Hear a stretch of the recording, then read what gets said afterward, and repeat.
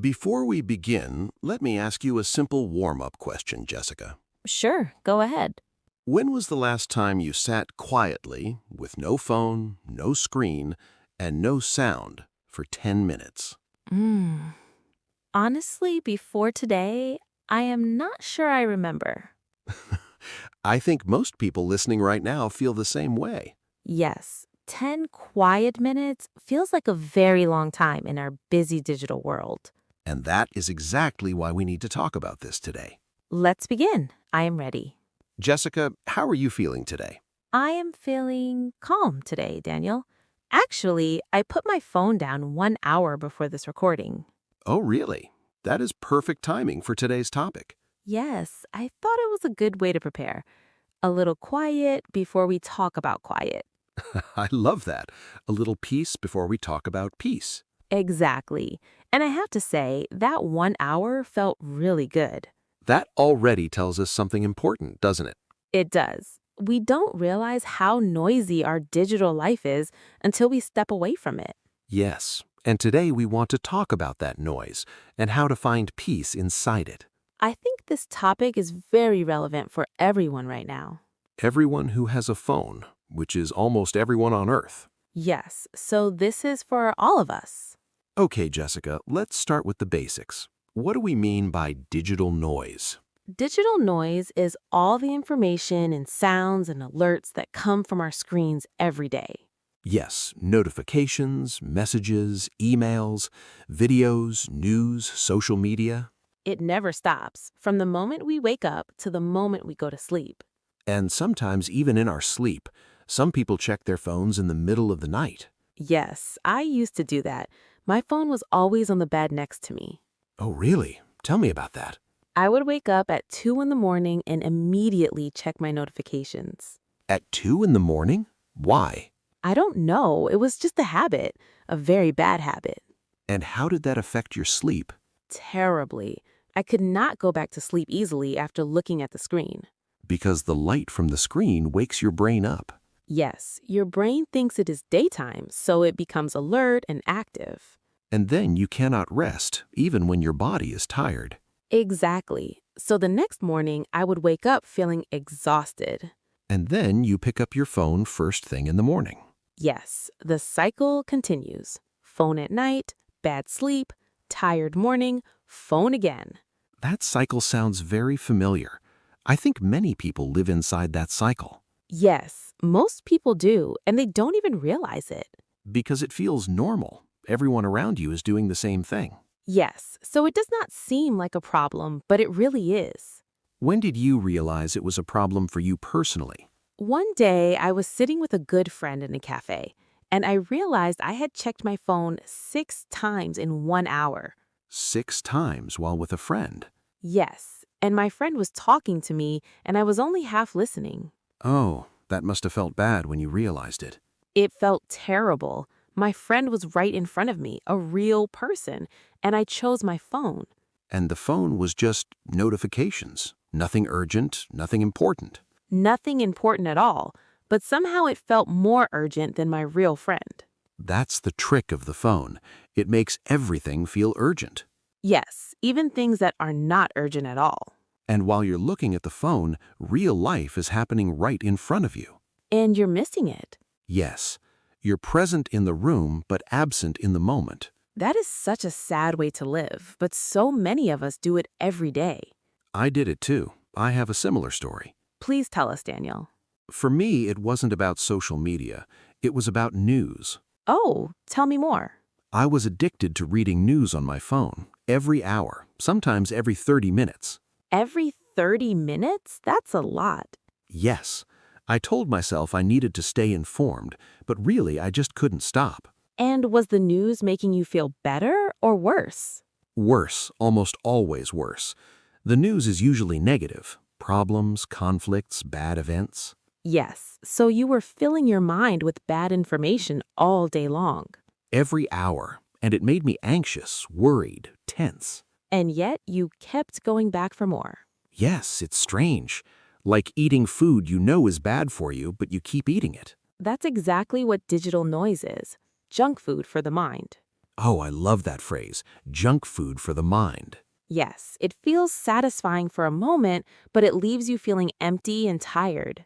And after a long time, it actually makes you sick. Yes, anxious, distracted, unable to focus, unable to enjoy simple moments. So, what changed for you, Jessica? How did you start finding peace in all that noise? It started with one very simple change. I moved my phone to another room at night. That's it? Just moving the phone? Just moving the phone out of the bedroom into the hallway. And what happened? My sleep improved immediately, like the very first night. Wow, that quickly? Yes, without the phone next to me, I stopped checking it. I just slept. And in the morning? In the morning, I had about 15 minutes before I reached my phone in the hallway. And what did you do in those 15 minutes? Just woke up slowly, stretched, thought about my day, had a glass of water. Simple and gentle. No news, no notifications, no noise. Yes, and those quiet 15 minutes changed the whole feeling of my morning. You started the day as yourself, not as a reaction to your phone. Yes, that's a perfect way to say it. Starting the day as yourself. And for me, the change came from setting specific times for news. Oh, tell us about that. I decided I would only check the news once a day, at lunchtime for 15 minutes. Only once a day? That sounds very disciplined. At first, it was hard. I kept reaching for my phone out of habit. Yes, the habit is so strong. Your hand just moves automatically. Yes, like the phone is magnetic. Your hand goes there without thinking. The magnetic phone, that is so real. But after a week or two, the habit started to break, and I felt so much calmer. Less anxious, less distracted. Much less, and I could focus on things better. Work, reading, conversations. Because your mind was not constantly interrupted by noise. Exactly. A clear mind can do so much more than a noisy one. That is so true. Our best thinking happens in quiet moments. Our best ideas, our best conversations, our best decisions. All come from a calm and clear mind. And digital noise is the enemy of that calm. Yes, but the good news is we can choose how much noise we let in. We have more control than we think. Yes, the phone is a tool, and we can decide how we use our tools. Jessica, what about English learners specifically? How does digital noise affect their learning? Oh, this is such an important point for our listeners. Yes, many of our listeners are learning English right now, maybe on their phone. Yes, and phones can be wonderful for learning. So much free content. Yes, YouTube, podcasts, apps, ebooks, all available for free. But the problem is distraction. You open YouTube to watch an English lesson. And 30 minutes later, you're watching something completely different. Yes, a funny video, a music video, a cooking video. And your English lesson is forgotten. Exactly. The algorithm pulls you away from what you came to do. So the key for English learners is intentional use of technology. Yes, go to the technology with a clear purpose and leave when that purpose is done. Watch one English lesson, then close the app. Watch one English podcast, then put the phone down. Practice for 20 focused minutes, then take a real break. Yes, short and focused practice is much better than long and distracted practice. 20 minutes of real focus beats 2 hours of half attention every single time. Every single time. Quality over quantity, always. And after your focused English practice, do something offline. Yes, take a walk, make tea, sit quietly, let your brain process what you just learned. Yes, learning happens not just during study time, it also happens during rest time. The brain needs quiet time to store and organize new information. So rest is actually part of learning, not a break from learning. Yes, rest is learning, very important for everyone to understand. Especially for English learners. Study hard, then rest well. And trust that the quiet moments are doing important work inside your brain. Okay, everyone, let's pause here and look at some English from today's conversation. Yes, we used some really useful and interesting words today. The first word is mindful, M-I-N-D-F-U-L. Mindful means paying careful attention to what you are doing right now, in the present moment. When you are mindful, you are aware, you are focused, you are present. Example, be mindful of how much time you spend on your phone. Another example, she is a very mindful person. She pays attention to everything. The noun form is mindfulness, mindfulness. Mindfulness is the practice of being calm and aware in the present moment. Example, mindfulness helps reduce stress and anxiety. Good. Now the next word, distracted. Distracted. Distracted means your attention is taken away from what you should be doing. When you are distracted, you cannot focus. Something else is pulling your attention. Example, I was distracted by my phone during the meeting. Another example, it is hard to study when you are distracted. The verb form is to distract, and the noun is distraction. Example with verb, please don't distract me. I'm trying to focus. Example with noun, social media is a big distraction for many students. Very useful word for talking about focus and attention. Yes, and very relevant for today's topic. Now let's look at the word habit. Habit. A habit is something you do regularly, almost automatically, without thinking about it. Good habits help you. Bad habits hurt you. Example, checking my phone every morning is a bad habit I'm trying to break. Another example, listening to English every day is a great habit for learners. The phrase break a habit means to stop a habit you have. And build a habit means to start a new habit and make it regular. Example, I'm trying to build a habit of reading English for 10 minutes every morning. Now let's look at grammar. Today, we use the past continuous tense a lot. Yes, we used it when talking about things that were happening over time in the past. The structure is was or were plus verb with ing. Example, I was checking my phone every 30 minutes. She was sitting with her friend in a cafe. He was reading the news all day long. We use the past continuous to describe a scene or a habit from the past. It gives a picture of what was happening during a period of time. Not just one moment, but a longer action or situation. For example, I was waking up tired every morning because I checked my phone at night. That describes what was regularly happening in the past, a past habit. Very useful for telling personal stories, which we did a lot today. Now a quick pronunciation tip. The word distracted. Distracted, 3 syllables. The stress is on the second syllable, tract. Distracted. Say it slowly. Distracted. Now faster. Distracted. And the noun, distraction. 4 syllables, still stressed on the second, track. Distraction. Say it with us, everyone. Distraction. Good. Practice both. Distracted, distraction. Use them in a sentence. I was distracted by a notification. It was a big distraction. Perfect. One more useful expression from today. Yes. Junk food for the mind. We said that digital noise is like junk food for the mind. Junk food is food that tastes good but has no real nutrition. It is not healthy. So junk food for the mind means content that feels interesting but gives nothing useful. Example, endless scrolling is like junk food for the mind. You consume a lot but gain nothing. This is an informal expression, very natural in conversation. Yes, people use this kind of comparison a lot in everyday English. It is called a metaphor.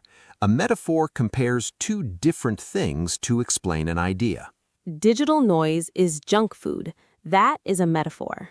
Metaphors make language more colorful and interesting. And much easier to understand and remember. Okay, everyone, I have a question for all of you now. Yes, and this one is very personal. Think about your relationship with your phone right now. Is it a healthy relationship, or does the screen control you more than you control it? Please be honest with yourself and write your answer in the comments below. We are not here to judge. We all struggle with this, even us. Yes, this is a very human challenge in the modern world. And if you're enjoying today's episode, please give this video a like. And subscribe to the Beyond Words channel so you never miss a new episode. We post every week, new topics, new vocabulary, new conversations. Okay, let's talk about some simple and practical things you can do starting today. Yes, because we do not want to just talk about the problem. We want to give you real tools you can use right now. The first tool is very simple. Create phone-free zones in your home. Yes, choose 1 or 2 places where your phone is not allowed. For example, the bedroom or the dining table. No phone in the bedroom means better sleep. No phone at the table means better conversations. Yes, when you eat, eat. When you sleep, sleep. Be present in those moments. The second tool is to turn off non-essential notifications. Yes, do you really need to know immediately every time someone likes your post? No, that can wait. Turn off those alerts. Only keep notifications for things that are truly urgent, like calls or messages from family. Yes, be selective. Not every app deserves access to your attention. Your attention is precious. Protect it. The third tool is to create a morning routine without your phone. Yes, give yourself the first 15 or 30 minutes of your day with no screen. Use that time to wake up slowly, breathe, think, drink water, stretch. Set the tone for your day before the digital world sets it for you. That is a very powerful idea. You decide how your day begins, not your phone. And for English learners, specifically, here's one more tool. Yes, what is it? Use your phone with a timer. Set a timer for 20 minutes of English practice. When the timer goes off, stop. Close the app, put the phone down. That way, the phone stays a tool for learning, not a trap for distraction. Focused learning with a timer is much more effective than open-ended scrolling. Yes, you learn more, you remember more, and you feel better afterwards. And one final question for everyone. Yes, go ahead, Daniel. What is one small change you will make this week to reduce digital noise in your life? Just one change. It doesn't have to be big. Maybe move your phone out of the bedroom tonight. Or turn off 5 notifications you really don't need. Or spend the first 10 minutes of tomorrow morning without any screen. Just one small change, and write it in the comments so we can cheer for you. We'll be right there reading and cheering for every single one of you. Okay, everyone, let's do a quick review of what we talked about today. Yes, we talked about what digital noise is and how it affects our daily life. We talked about how phones affect our sleep, our focus, and our relationships. We shared personal stories, Jessica's phone in the bedroom, Daniel's news addiction. We talked about mindful technology habits, intentional and focused use of screens. We talked about how rest and quiet are important parts of learning English. We gave 4 practical tools for reducing digital noise in your life. In the learning section, we looked at the words mindful, distracted, and habit. We learned phrases like break a habit and build a habit. We reviewed the past continuous tense, was or were plus verb with ing. We learned the expression junk food for the mind and what a metaphor is. And we practiced the pronunciation of distracted and distraction. So much learning in one calm and peaceful episode. Yes, and we hope you feel a little more inspired to find your own peace in the digital noise. Remember, you are in control. The phone is a tool. You are the one using it. Use it with intention, put it down with confidence, and enjoy the quiet moments. The quiet moments are where real life happens. And where real learning happens too. Today was a lot of fun. Thank you so much, Jessica. I enjoyed our conversation today so much, Daniel. Thank you, everyone, for listening. Go find a little peace today. See you in the next episode. Goodbye, everyone. Bye.